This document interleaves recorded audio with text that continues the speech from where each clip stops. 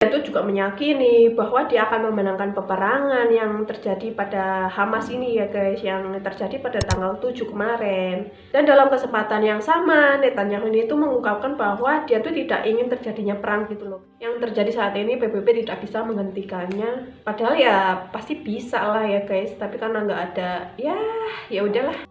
Hai guys, ketemu lagi dengan aku. Jadi di videoku kali ini aku tuh mau bahas tentang seperti yang kita ketahui, genosida yang terjadi di Palestina yang dilakukan oleh Benyamin Netanyahu. Jadi kali ini aku tuh tertarik ke hal ini guys. Tapi aku nggak cerita ke genosida yang terjadi di Palestina karena udah banyak banget yang berita-berita di sana yang bertebaran tentang genosida yang terjadi di Palestina. Jadi kali ini aku tuh tertarik untuk mengulik lebih dalam siapa sih Benyamin Netanyahu tersebut. Dari masa kecilnya, dari masa remajanya, sampai dia tuh jadi Perdana Menteri di Israel. Oke guys, tapi sebelum aku cerita ke lebih lanjut, seperti biasa kalian tuh harus subscribe channel ini dan nyalakan lonceng notifikasinya agar kalian tidak ketinggalan tentang video updatean terbaruku. Karena itu sangat membantuku banget guys, apalagi yang baru-baru seperti aku ini ya, itu butuh semangat dan support dari kalian.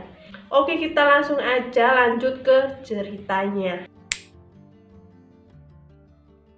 Jadi, Benyamin Netanyahu ini tuh lahir pada 21 Oktober di Tel Aviv yang terletak di Israel, tapi itu besarnya di Yerusalem guys, di Palestina. Jadi agama yang dianut oleh Perdana Menteri tersebut ini tuh Yudaisme atau Judaisme. Atau yang lebih kalian kenal, yang jadi familiar kalian adalah agama Yahudi. Diketahui ayahnya yang bernama Ben-Zion Netanyahu ini tuh mendapat gelar Profesor Sejarawan Yahudi Philadelphia, Amerika Serikat.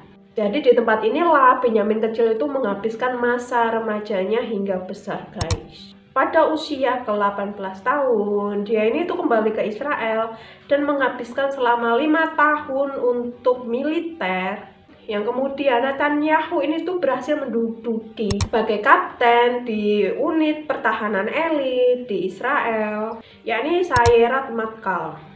Beberapa operasi militer yang pernah dilakukannya yakni serangan di Bandara Beirut pada 1968. Sementara operasi yang paling populer yang dilakukan oleh Benyamin Netanyahu ini tuh penyelamatan jet penumpang Sabena yang dibajak di Tel Aviv pada tahun 1972. Aksi penyelamatan tersebut dikenal dengan nama sandi Operasi Isotop. Jadi operasi ini tuh dipimpin oleh Ehud Barat guys. Pada tahun berikutnya, Netanyahu itu mengambil perang yang berada di Timur Tengah guys. Setelah menyelesaikan militernya, Netanyahu ini tuh kembali ke Amerika Serikat untuk menyelesaikan pendidikannya dan mendapat gelar sarjana dan master. Jadi gelar masternya ini ya guys, aku tulis di sini. Pada tahun 1976, Benyamin Netanyahu ini juga bekerja di Boston Consulting Group. Jadi ada kabar buruk ya guys yang terjadi di tanah airnya. Saudara laki-lakinya yang bernama Jonathan, jadi ini itu terbunuh saat berusaha melepaskan sandera dari pesawat Air France yang dibaca oleh Uganda. Kematian saudaranya akhirnya tuh berdampak pada keluarganya guys. Kemudian Netanyahu ini tuh kembali ke Israel, jadi mendirikan lembaga anti terorisme untuk mengenang kematian saudaranya ini guys. Sampai pada di tahun 1982, dia ini diutus menjadi wakil misi jadi di Washington DC. Jadi dia tuh fasih bahasa Inggris, jadi dikenal wajah dia tuh di televisi di Amerika Serikat, dan hal ini tuh menjadi efektif perwakilan dari Israel. Setelah ditugaskan di kedutaan di Washington DC, menjadi duta besar Israel di PBB. Jadi selama dalam PBB, Netanyahu ini tuh berhasil memimpin kampanye untuk mendeklarasikan fikasi arsip tentang kejahatan perang Nazi. Benyamin Netanyahu ini tuh mengucapkan terima kasih kepada Joe Biden atas dukungannya ke negaranya guys. Dan dia tuh juga meyakini bahwa dia akan memenangkan peperangan yang terjadi pada Hamas ini ya guys, yang terjadi pada tanggal 7 kemarin. Dan dalam kesempatan yang sama, Netanyahu ini tuh mengungkapkan bahwa dia tuh tidak ingin terjadinya perang gitu loh guys. Kita bisa lihat yang terjadi ya, nyatanya tidak sesuai bukti dan fakta yang ada. Dan Benyamin itu mengatakan bahwa Hamas ini adalah kesalahan besar yang telah menyerang Israel terlebih dulu. Tapi balik lagi guys, kejadian ini tuh sebenarnya nggak berpacu pada tanggal 7, tapi dilihat dari kejadian yang telah lalu itu guys. Ya kita ketahui juga Palestina ini tuh dijajah selama berpuluh-puluh tahun guys. Jadi kalian tuh bisa bayangin ya, sebenarnya cuman mereka tuh pengen merdeka aja kok. Kemudian Netanyahu ini juga membeberkan yang telah dilakukan Hamas ke warganya. Jadi kayak di propaganda gitulah guys, yang sering bermunculan di media sosial.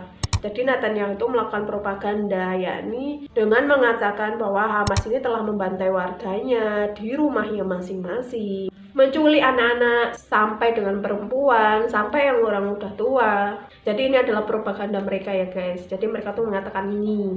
Jadi yang aku lihat dari beritanya itu berbanding terbalik dari kejadian yang diceritakan oleh Israel guys. Ya yang dimana penculikan dan pembunuhan yang terjadi di festival sebenarnya itu dilakukan oleh tentaranya sendiri yang menembaki warganya sendiri. Dan kesalahan tersebut lalu ditimpakan oleh Hamas. Jadi kayak propaganda yang telah mereka buat. Tapi propaganda ini kayaknya kurang berhasil deh guys. Jadi sampai perang saat ini ya guys, terdapat 17.000 lebih orang tewas di Palestina, termasuk 7.000 lebih anak-anak dan termasuk 5.000 lebih perempuan. Cukup disayangkan banget ya guys, yang dimana korban bergelimpangan berjatuhan. Jadi kayak PBB itu kurang berguna banget guys. Jadi aku ngomong kayak gini ya kalian tahu lah ya, yang terjadi saat ini PBB tidak bisa menghentikannya. Padahal ya pasti bisa lah ya guys, tapi karena nggak ada, ya udahlah. Itulah videoku kali ini guys. Terima kasih yang udah menonton sampai di detik ini, di akhir ini. Dan ketemu lagi dengan aku di next video aku selanjutnya dengan storytelling yang menarik lainnya. Bye bye, see you. Jangan lupa subscribe ya guys. And silently, it could build and build until you finally see, whoa, it's taking over, damn no closure, move.